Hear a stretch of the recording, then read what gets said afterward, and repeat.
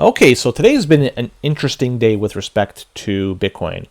And I'm not talking about the price of Bitcoin. That was very interesting, and watching that transpire in front of our eyes was amazing. But no, I'm talking about a couple of dudes that have been flying under the Bitcoin banner. And a lot of people were cheering them once they joined or perceived to join the Bitcoin team. And we'll talk about the first one, which would be RFK Jr. And here he is posing proudly with something on his chest here. It looks like a sticker. And you just dive right in and see what it is. It says a sticker. It's not a meme. It's a movement. It's a picture of the SHIB. There you go. People, he's now part of the SHIB clan. All right, let's talk about the second thing he's done just very recently. He was at ETH Denver on stage talking about ETH. Whatever. At the end of it, what did he say? He's going to buy some ETH? Whatever. So, you know that speech he gave at the Bitcoin in Name Only conference back in Miami 2023? All these Bitcoiners were just so happy to hear his speech talking about something that's censorship resistance, decentralized, can't be debased, all that jazz. And here he is now cozying up with these shitcoiners that cover none of those fundamentals. Absolutely none of them. But yet, here he is, and he's going to probably still try to fly under the Bitcoin banner. Get out of here. I called him out before. I'm going to call him out again. I'll show you the video at the end of this of when I called him out. That was after ETH. After ETH. It was after Bitcoin in Name Only conference last year. The very next CBP episode, I ranted on that. His speech over there, where everybody was gushing and gawking over. I called him out, and I'm going to play it for you to watch. It's lengthy, but watch it if you want to see it to the end to see exactly why it is. At that time, I thought he was a wolf in sheep's clothing. So there we go. RFK Jr., good luck on your campaign. I hope it's a fair and democratic process. Whoever should win. I hope this doesn't impact your campaign one way or another. I'm just looking at this strictly through the lens of a Bitcoiner. Clearly, he has not shown that he is a Bitcoiner through and through. And the second person is Russel Okung. Hopefully, I pronounced his name correctly. If not, my apologies. This dude was into the Bitcoin community for some time. I think he was an NFL player, and he said he was going to take his salary in Bitcoin. That was all great and everything. However, look at what he says here. This is just today. He says he purchased his first Ordinal, and he says, initially learning from the Ordinal crowd, they certainly know to have fun. They really do, because they're having fun at your expense, my friend. And not just you, but everybody else that's buying in. They're laughing their asses off at the people that buy in at these fucking Ordinals because they are scamming people. They're taking your fucking good money, your Bitcoin, and they're giving you what? One sat with a JPEG that's associated with it, and that fucking JPEG can be copied and pasted over and over again. Give me a fucking break. There you go. Everybody that like this, like Russell's buying into Bitcoin and flying under the Bitcoin banner, here you go. He is now part of the spammers and scammers crew, the Ordinals. Look at that. So what I have to say, I didn't say anything about Russell in the past, but I did say something about RFK Jr. And I'm going to leave it at this. I'm going to let Mr. Perfect say it first before I say it, which I recorded some time ago. This was, I think, in May of last year. So stick around to the end. I hope you enjoy it, and you'll see why it is I called out RFK from the get-go. We're not the kind of guys that say, we told you so, but we told you so. Right. More specific with RFK Jr. And this I'm quoting directly from him. I'm not making this shit up, pulling this out of thin air. Straight quote from him. I got sold on Bitcoin when I saw what happened to the truckers in Ottawa. When did this end?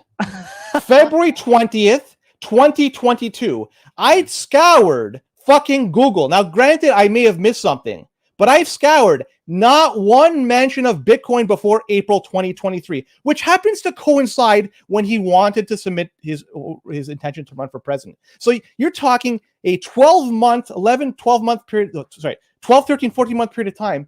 He was sold on Bitcoin, but made no fucking public record of this.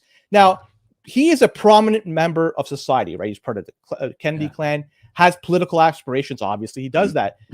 And given that, shouldn't he be willing to try to help his friends and everybody out there? I would, if I was in this position, if I was a caring individual and wanted to ensure people for prosperity and not getting wrecked in the process. Look, in the past 12 months, what did we have? And I'm not going to just rehash history, but this is, and I could miss some. We had the Luna collapse, Celsius, BlockFi, Genesis, Voyager Digital. These were all in a digital asset realm, people getting wrecked. On the fiat side, we have Silvergate, First Republic, Silicon Valley. Each one is a landmark moment. People got fucking wrecked. Still, RFK Jr. mentioned zilch, nada, nothing about Bitcoin and about holding onto your Bitcoin as a way to save people. So, based on these facts, let's take this in context now.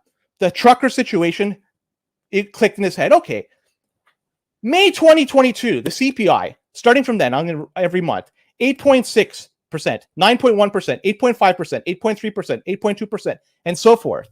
People were getting wrecked by inflation at that time, and we're continually getting wrecked moving forward as this thing moved on.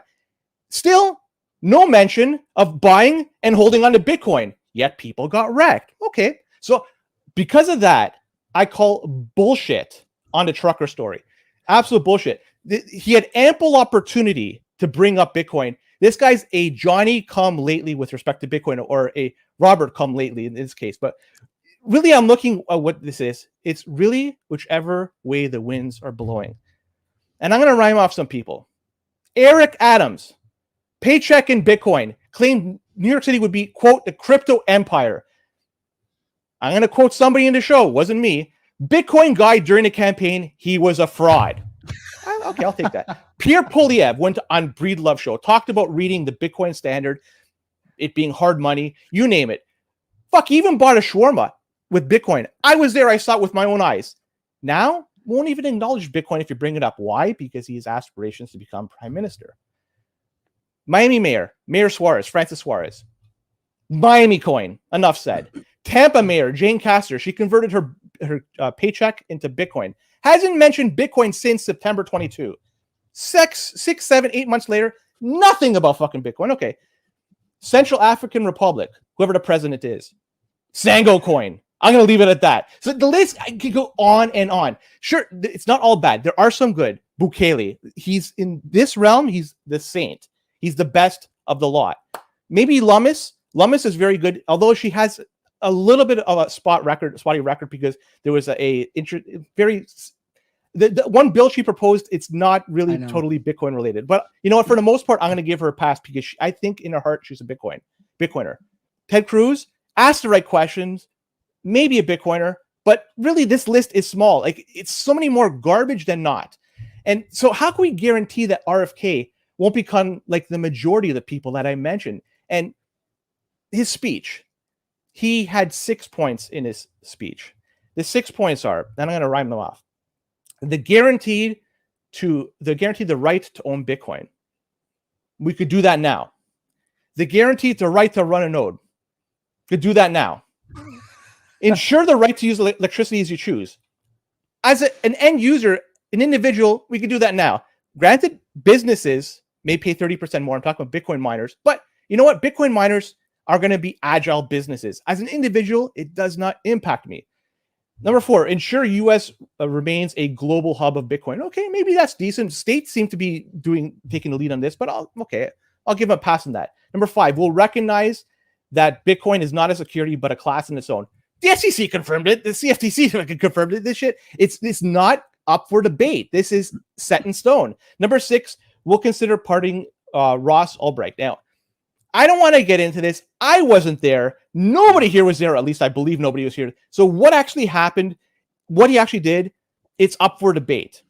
So this is just a pandering point in my opinion. So really, we set the bar so fucking low that, and we've been burned many times, that if somebody comes mentioning the word Bitcoin, it's like, oh yeah, this is fantastic. Let's do it. Let's jump on board. But you know what? Like you said, touch the stove too many times. This is it. We fucking had enough. He's had ample opportunity to bring forth Bitcoin. People got wrecked multiple times. Nothing about Bitcoin. But here we are. Good speech. Trust me, bro.